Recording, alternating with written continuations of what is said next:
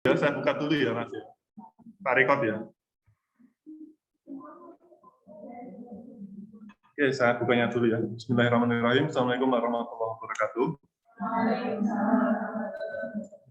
Suara saya terdengar ya, teman-teman semua. Ini sudah record belum ya? Sebentar belum tak record. Oke. Ya, kita ulangi ya. Assalamualaikum warahmatullahi wabarakatuh.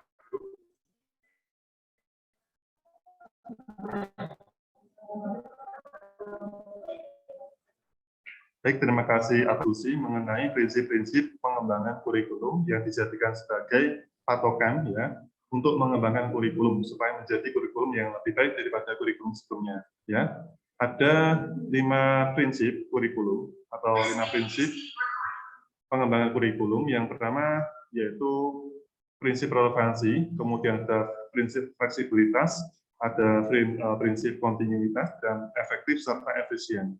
Nah, mungkin kelompok 4 ini sudah siap untuk sesi diskusi ya. Kami persilahkan untuk kelompok 4 mendiskusikan ya terkait dengan prinsip apa Pak tadi? Efisiensi ya? Efektif ya, efektif. Prinsip efektif dan nanti bisa diberikan semacam rumusan serta penjelasannya gitu ya, secara singkat saja. Oke, silakan kelompok 4 untuk berdiskusi. Yang akan kami coba dampingi dan kami rekam. Silakan kelompok 4. Silakan diskusi.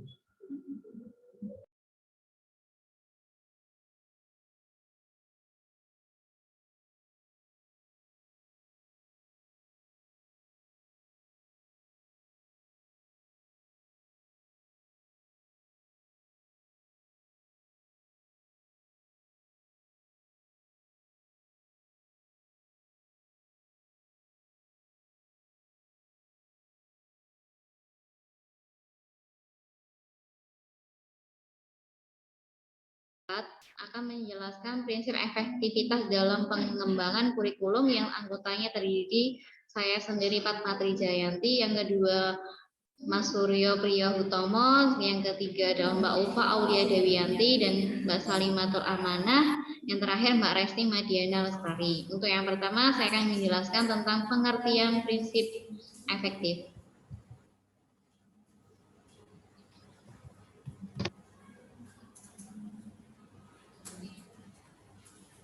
Prinsip efektif adalah pengembangan kurikulum pendidikan perlu itu mempertimbangkan prinsip efektivitas. Yang dimaksud itu adalah di sini sejauh mana rencana program pembelajaran itu dicapai atau diimplementasikan dalam kegiatan pembelajaran tersebut. Dalam ini ada 2 aspek yang diperhatikan, yaitu efektivitas mengajar guru dan efektivitas belajar siswa. Itu menurut Sutopo dan Sumanto dalam halaman 50-51. Kemudian dalam aspek efektivitas mengajar guru, jika masih kurang efektif dalam mengajar bahan ajar atau program, maka itu menjadi bahan dalam mengembangkan kurikulum di masa depan, yaitu dengan mengadakan pelatihan, workshop, dan lain-lain. Kemudian kalau aspek efektivitas belajar siswa itu bisa aja dikembangkan kurikulum yang terkait dengan metodologi pembelajaran sehingga apa yang sudah direncanakan dapat tercapai dengan metode yang relevan dengan materi dan materi pembelajaran. Seperti itu. Selanjutnya akan disampaikan oleh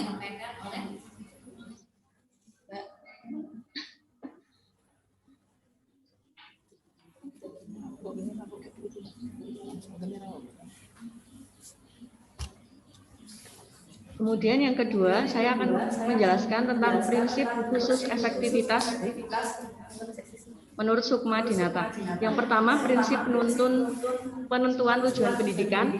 Yang kedua, pemilihan isi pendidikan. Yang ketiga, pemilihan proses belajar mengajar. 4, pemilihan media dan alat pengajaran. Dan yang kelima, berkenaan dengan penilaian. Untuk materi selanjutnya akan dijelaskan oleh Mbak Ulfa. Untuk implementasi prinsip efektivitas dalam pembelajaran itu tadi kan ada dua aspek dalam prinsip efektivitas. Yang pertama itu efektivitas mengajar guru. Nah, efektivitas mengajar guru itu mencakup sejauh mana jenis-jenis kegiatan belajar mengajar yang direncanakan dapat dilaksanakan dengan baik. Contohnya, apabila guru menetapkan dalam satu semester harus menyelesaikan 10 program pembelajaran yang sesuai dengan pedoman kurikulum, ternyata dalam jangka waktu tersebut itu hanya dapat menyelesaikan 6 program saja, berarti dapat dikatakan bahwa pelaksanaan program itu tidak efektif. Untuk selanjutnya akan dijelaskan oleh Mas Nur.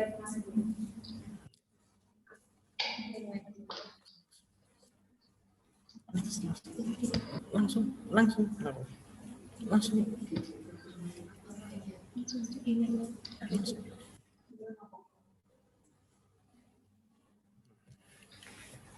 Ya, baik, saya akan melanjutkan mengenai implementasi prinsip efektivitas dalam pembelajaran, yaitu efektivitas belajar siswa. Menyangkut sejauh mana tujuan-tujuan pembelajaran yang diinginkan telah dapat dicapai melalui kegiatan belajar mengajar yang dilakukan oleh siswa dan gurunya. Contohnya, apabila ditetapkan dalam satu semester, siswa harus dapat mencapai sejumlah tujuan pembelajaran, ternyata hanya sebagian saja dan dapat dicapai siswa, maka dapat dikatakan bahwa proses pembelajaran siswa tidak efektif. Efektif itu seperti gimana tujuan itu ditetapkan. Tujuan itu harus bisa dicapai dengan tepat waktu. Intinya adalah tepat waktu. Mungkin Selanjutnya, prinsip efektivitas kurikulum di sekolah. Yang pertama, pada saat guru menetapkan dalam satu semester harus menyelesaikan 10 program pembelajaran sesuai dengan pedoman kurikulum, maka guru harus memperhatikan jam efektif sesuai dengan kalender pendidikan.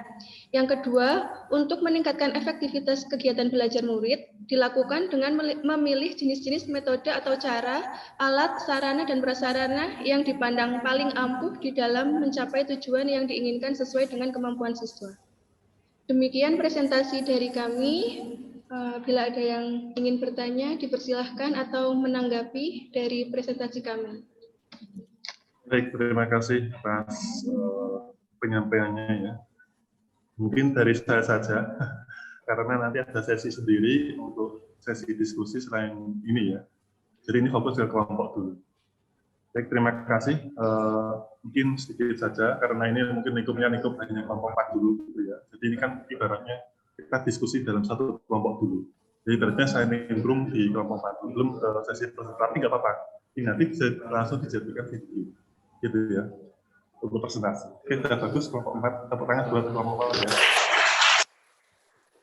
Oke, sedikit saja saya menanggapi apa yang disampaikan kelompok 4 sudah bagus, sudah benar seperti ini.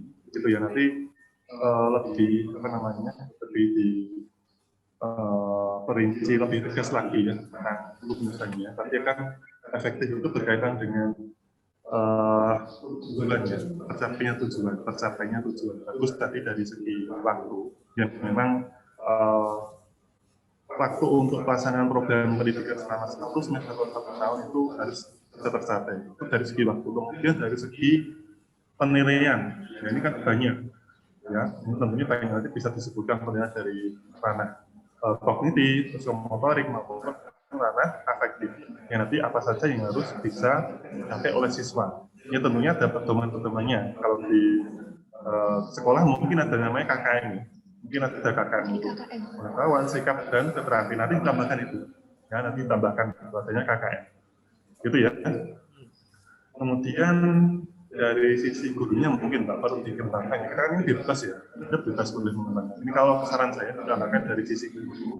Guru itu paling tidak harus punya semacam refleksi bagi dirinya ya untuk mengembangkan atau memperbaiki proses pembelajaran. Nanti silakan ditambahkan ya. Harus punya pedoman untuk refleksi. Ya, pedoman refleksi nanti bisa ditambahkan. Nanti Anda boleh mengembangkan lagi. Ya, supaya efektif sasarannya itu apa atau yang bisa disasar. Tidak hanya untuk siswa tapi gurunya juga bisa disasar. Baik untuk guru maupun untuk siswa ya. Itu ya. Oke, itu saja mungkin tambahan dari saya. Kelompok Mas sudah sangat bagus. Ini tampilannya sudah bagus sekali. Dalam waktu singkat bisa membuat sebagus ini. Oke, terima kasih kelompok Mas. Assalamualaikum warahmatullahi wabarakatuh. Waalaikumsalam warahmatullahi wabarakatuh. Ini stop.